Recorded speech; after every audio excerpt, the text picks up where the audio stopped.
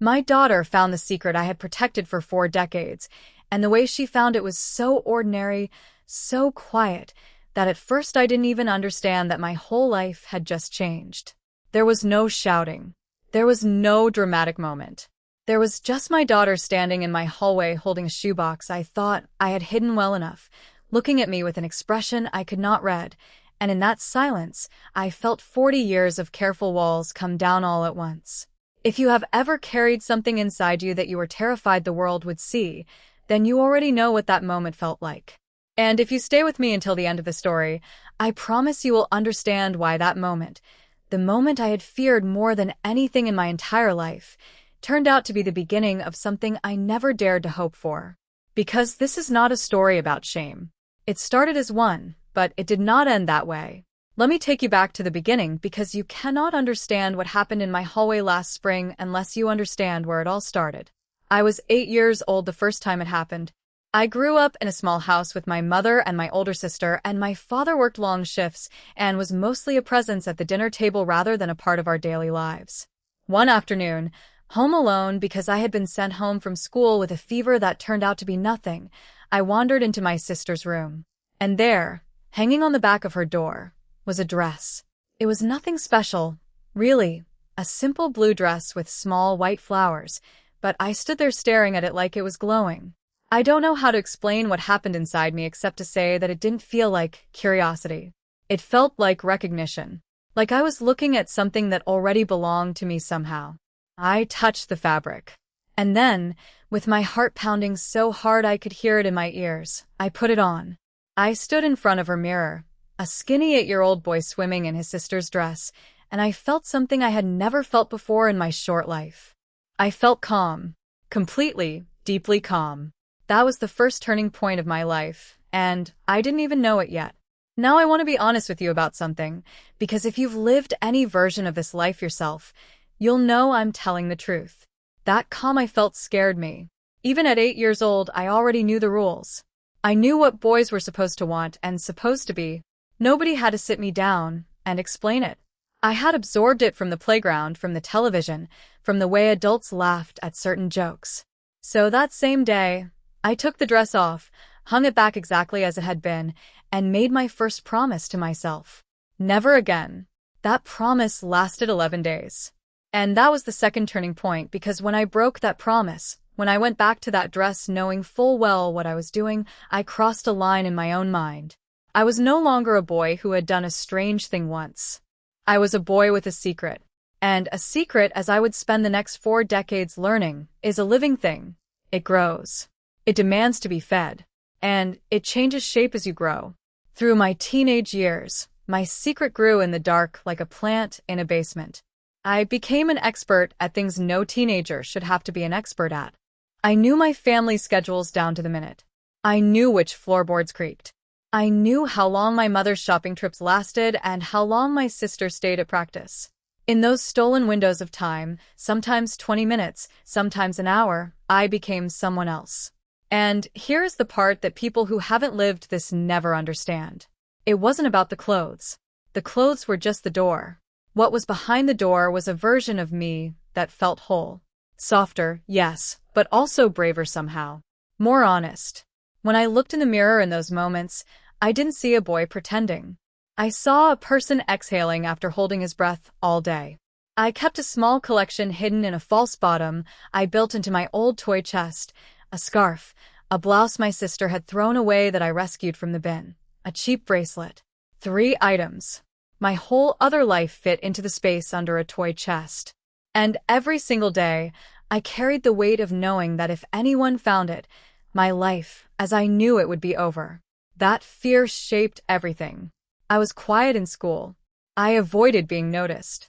I dated a girl briefly at 16 because it seemed like camouflage, and I was kind to her, but my heart was never in it, and when she broke up with me, I felt more relief than sadness. Relief that I wouldn't have to keep performing. The third turning point came when I was 19, and it nearly destroyed everything before my adult life even began. I had moved into a small apartment for college, my first place of my own, and for the first time in my life, I had privacy. Real privacy. No floorboards to memorize, no schedules to track. I thought I was free. I bought my first dress that was actually mine, not borrowed or rescued, with money from my part-time job from a store 3 towns away where nobody could possibly know me. I remember the drive home with that bag on the passenger seat feeling like I was smuggling something illegal. And then one afternoon, my mother showed up unannounced. She had decided to surprise me with a box of home baking, and she used the spare key she had insisted I give her for emergencies. I was in the bathroom when I heard the front door. By the grace of whatever you believe in, I was dressed normally, but the dress was on my bed. My bed, visible from the front door of that tiny apartment. I have never moved so fast in my life. I told her through the door that I was in the shower, threw everything into the closet, and came out with wet hair and shaking hands. She never knew, but that night, after she left, I sat on the floor of my closet and cried for 2 hours. Not because I had almost been caught, but because I realized something that broke my heart. This was never going to stop. I had told myself for years that it was a phase, that I would grow out of it, that the right life would fix me.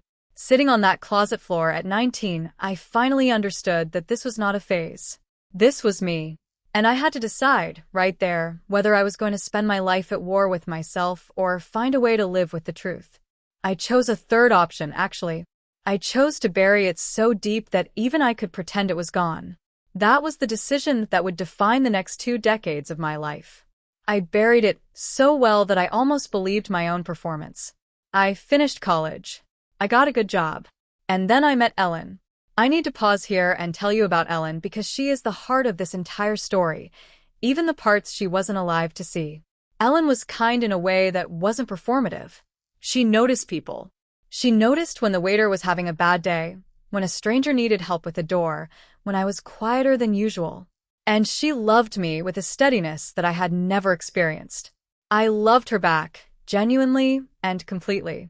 But I married her carrying my secret like a stone sewn into the lining of my coat. I told myself I was protecting her.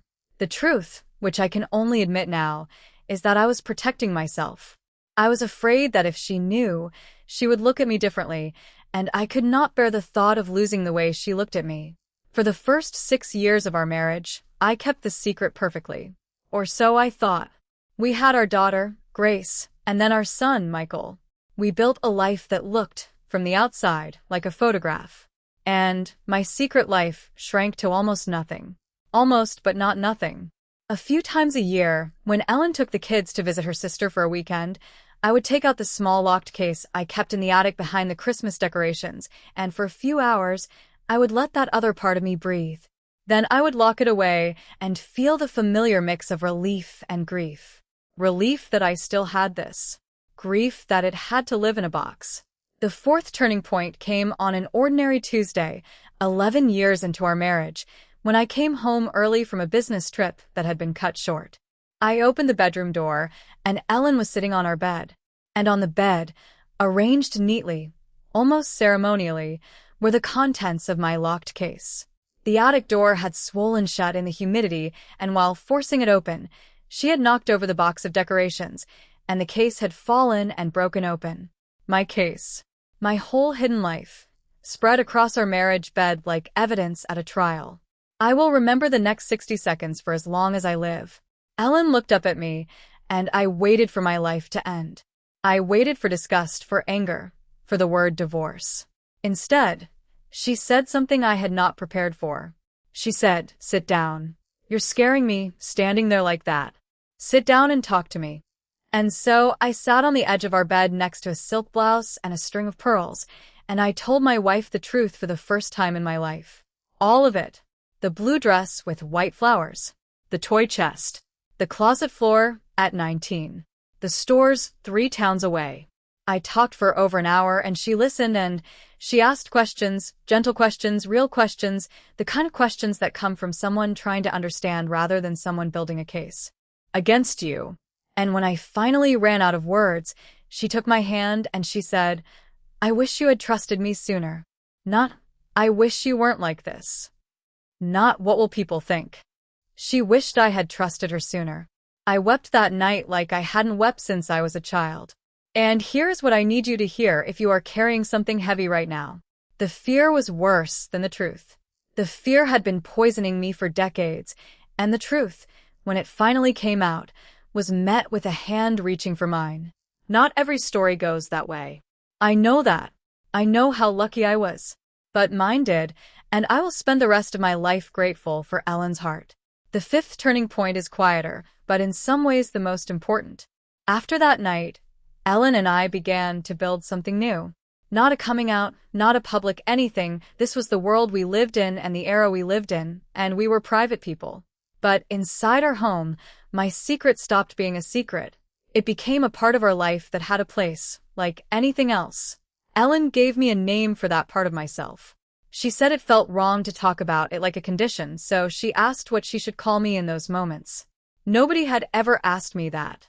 I said the first name that came into my heart, a name I had privately carried since I was a teenager, and Ellen smiled and said it suited me. Once or twice a month, on quiet evenings after the kids were asleep, that part of me would come out of the box, and sometimes Ellen would do my makeup, terribly at first, then better, laughing with me in the mirror. Those evenings are among the most precious memories of my life.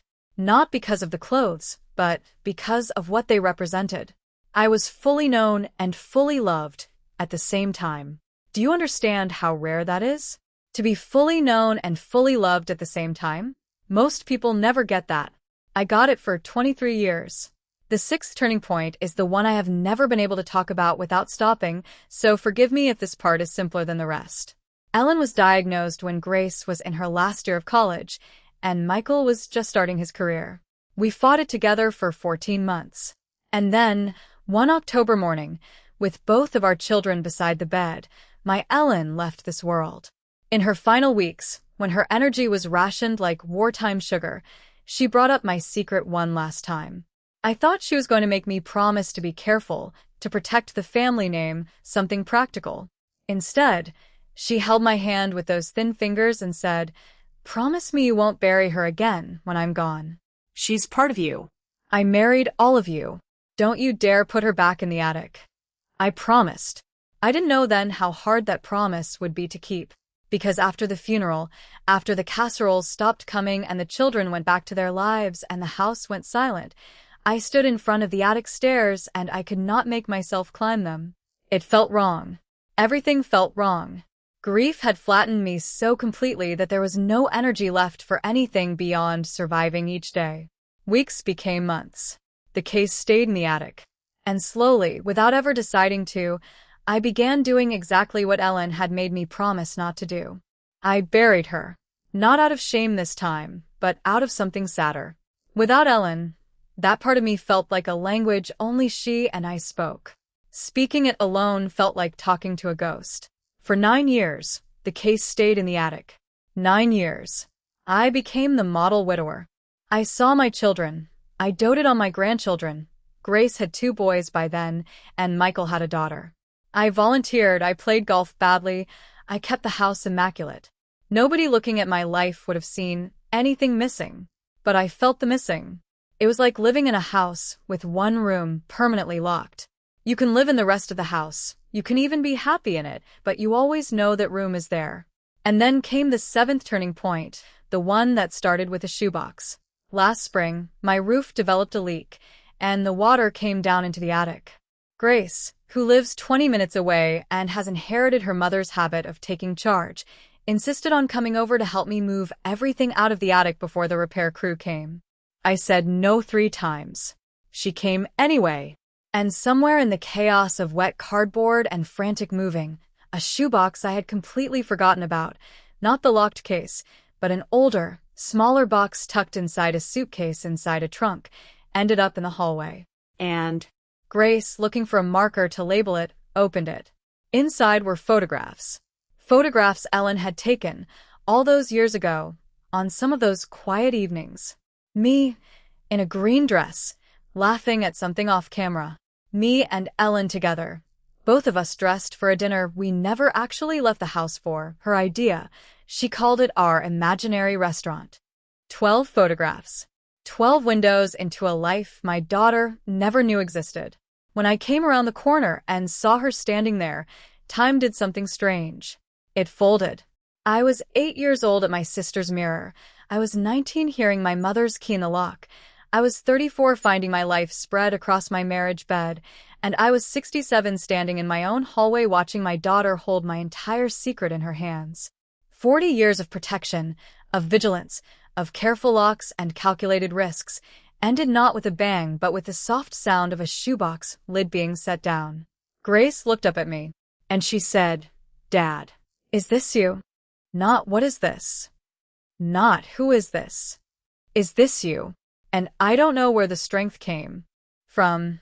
Maybe from Ellen's ghost, maybe from the promise I had broken for 9 years, but I said the truest sentence I had said in a decade. I said, "Yes, sweetheart. That's me. That was always me." That was the 8th turning point, and I said those words expecting the ground to open up. What happened instead is the reason I'm telling you this story today.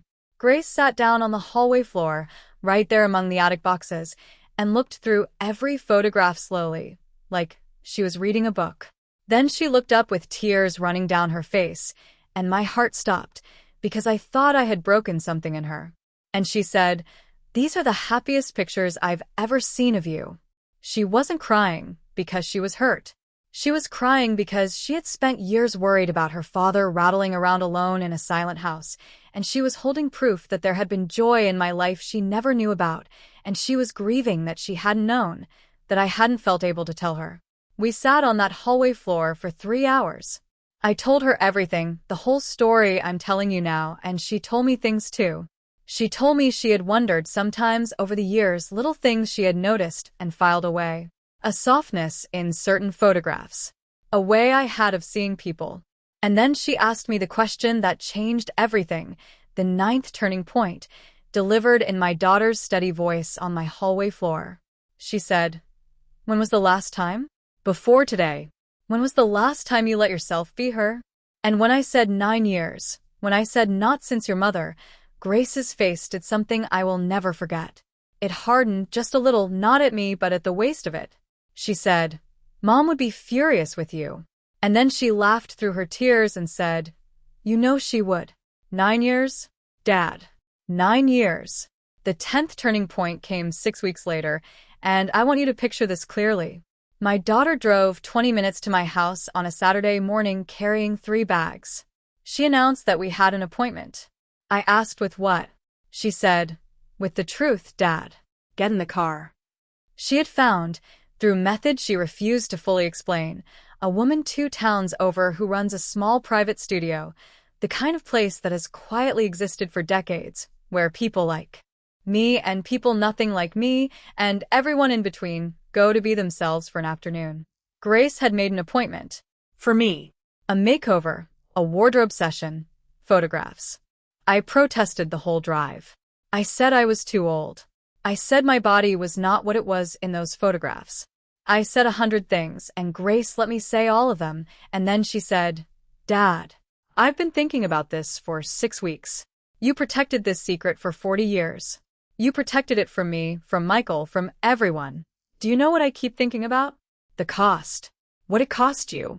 What it cost Mom, carrying it with you. What it cost our family that we never got to know all of you. I'm not letting it cost you one more year." I sat in that car with tears on my face and realized that my daughter had not just accepted me. She had gone further than acceptance into something rarer. She had become my advocate. The protector had become the protected. That afternoon in the studio was the 11th turning point, and it was the first time in 9 years that I looked in a mirror and saw her again. Older. Softer. Grander in some ways and diminished in others, like all of us who have lived real lives. But there, undeniably there, the woman who ran the studio, a graceful soul about my age who had seen everything twice, treated me with a matter-of-fact kindness that healed something in me I didn't know was still bleeding. When I looked in the mirror at the end, I didn't cry, and I didn't feel the old desperate calm of my childhood. I felt something new. I felt peaceful, settled, like a long argument had finally ended. Grace took a photograph of me that day, the same gentle smile I had in Ellen's old photographs, and she framed it and put it in her own living room. Her living room, where her children, my grandsons, could see it. When they asked who the lady with Grandpa's smile was, Grace told them the truth in the simple, clean way children are given the truth. That it was Grandpa.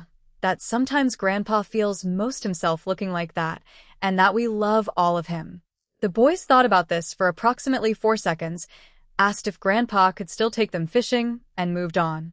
The world I had been so afraid of, it turns out, was much kinder than my fear had told me, and the children were the kindest of all. And that brings me to the 12th turning point, the last one, the reason I am sitting here telling you this today. A few months after that day in the studio, Grace asked me a question over coffee. She said, "Dad, how many people do you think are out there right now, your age, with a case in the attic? How many people buried a part of themselves so deep they forgot it was ever alive?" I told her I didn't know. Hundreds of thousands, probably. Maybe more. She said, "And how many of them have a daughter who finds a shoebox?" Almost none of them. Almost none of them get the moment you got. So maybe the story shouldn't end in our hallway.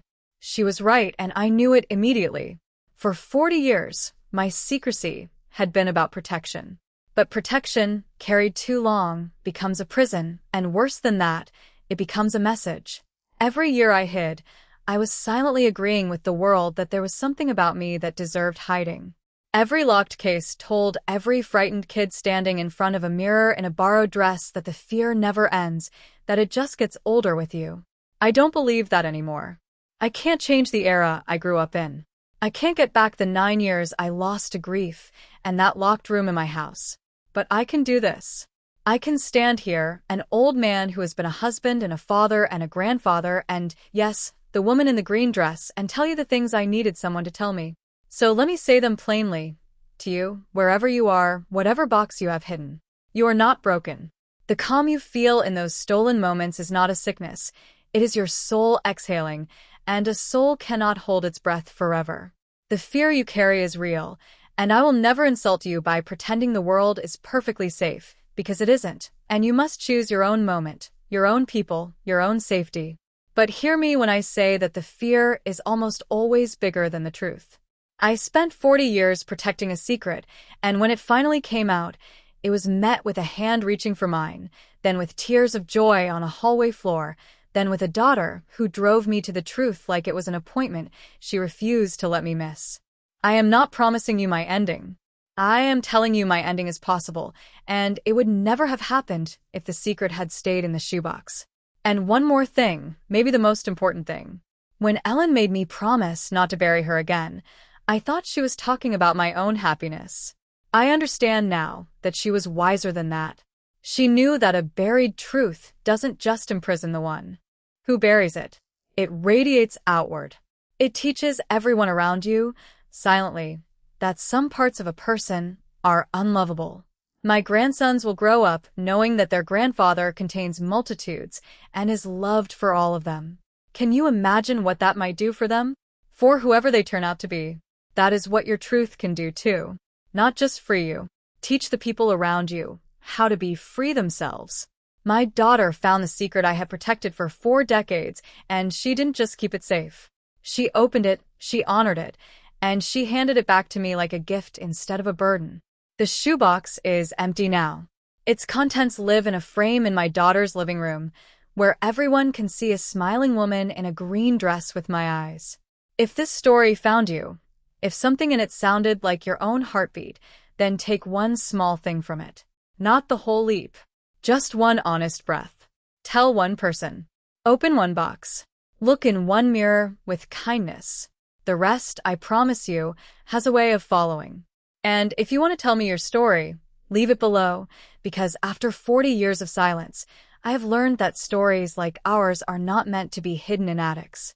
They are meant to be handed down, like my daughter's photographs, like my wife's last promise, like this moment right now, from my heart directly to yours.